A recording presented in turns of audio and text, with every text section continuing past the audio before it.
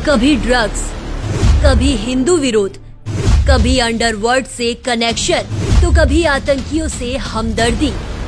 ऐसा लगता है कि बॉलीवुड फिल्मों के नाम पर देश विरोधी एजेंडा चला रहा है, लेकिन जैसे ही कोई बॉलीवुड को आईना दिखाने की कोशिश करता है, वैसे ही अहंकार के नशे में डूबे ये फिल्मी सितारे जनता को ही कोसने लगती हैं। Against the film industry, it's a shame. जिस थाली में खाते हैं उसमें छेद करते हैं, गलत बात है। I need the protection, the industry needs the protection and support of the government. Madam, जिस थाली में लोग खाते हैं उसी में छेद कोई नहीं करता, लेकिन अगर वो खाने की थाली ही गंदी हो तो उसमें नहीं खाया जा सकता। बॉलीवुड की इन्हीं हरकतों की वजह से आज भारत की जनता फिल्मों से ही किनारा करने लगी है।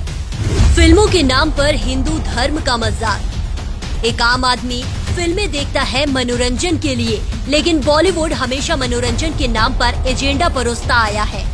हिंदू ब्राह्मणों को धूर्त और मक्कार दिखाना हो या भगवानों का मजाक उड़ाना, आखिर ऐसी क्या वजह थी कि केवल हिंदू धर्म को ही निशाना बनाया जाता रहा? मंदिरों पर आरोप लगाना हो या हिंदू त्योहारों पर बेवजह का ज्ञान देना, ऐसा लगता था कि बॉलीवुड के इन कलाकारों ने हिंदू धर्म की सुपारी ली हुई थी। देश विरोधी ताकतों का समर्थन, कभी भारत में असहिष्णुता बताना तो कभी देश में डर का माहौल बताना।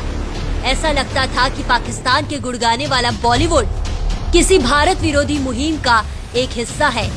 टुकड़े टुकड़े गैंग का समर्थन हो या अपने ही देश की सरकार को नीचा दिखाना, हर बार बॉलीवुड गैंग देश और जनता की भावना के खिलाफ ही खड़ा नजर आया। सीएए का विरोध हो या मेट्रो रेल प्रोजेक्ट का विरोध करना, कई कलाकार अभिव्यक्ति और आजादी का चोला ओढ़कर हमेशा देश के खिलाफ ही काम करते नजर आते थे। अंडरवर्ल्ड और अर्बन नक्सलों का समर्थन, बॉलीवुड की ज्यादातर फिल्मों पर दाऊद गैंग और अर्बन नक्सल गैंग के समर्थन का आरोप लगता रहा है। बॉलीवुड का अंडरवर्ल्ड से कनेक्शन भी किसी से छुपा हुआ नहीं है। 90 के दशक में जमकर अंडरवर्ल्ड का पैसा फिल्मों में लगा। कई फिल्मों में गुंडों और माफिया डॉन को हीरो के तौर पर भी बहुत सी फिल्म में प्रोजेक्ट किया गया है।